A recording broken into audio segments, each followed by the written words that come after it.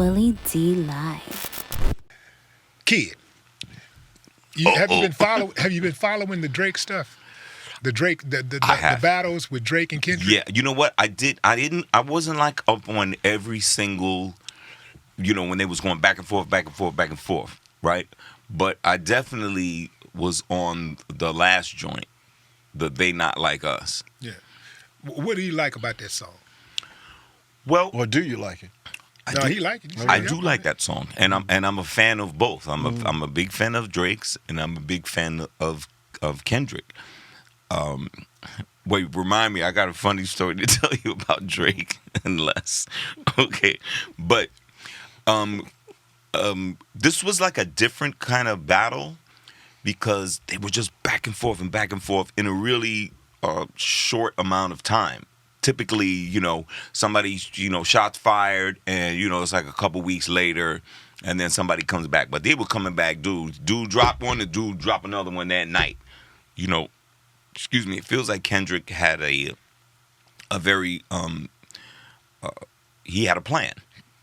So the last one, the "They Not Like Us," what I found in it since it's dropped, it's really kind of it's become a West Coast anthem. No, it's got that mustard on that beat, ho. It's got that bounce. It's got that hyphy in it. And one of the things that I like about both artists, but particularly Kendrick on that song, you understand everything that he's saying. You can hear every word. When people try to criticize some of the rappers of today talking about mumble rap and this, there's none of that. He's very crisp and clean in what he's talking about. But what I did hear a rapper, Benny the Butcher, when they asked him about it, he said, you know what? It didn't strike him as a traditional battle stuff.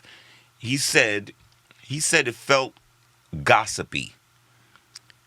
He's talking about, this, he's talking about the guys in Drake's crew. This guy's a pedophile. This guy's, you know what I mean? It wasn't like maybe the battles of old school when LL was, when they were talking about your skill or lack of it. Mm-hmm. These things are getting like really personal about people's personal and private life and type stuff like that. But what it shows me, and you mentioned Diddy earlier, what it does show me that I don't care how big you are.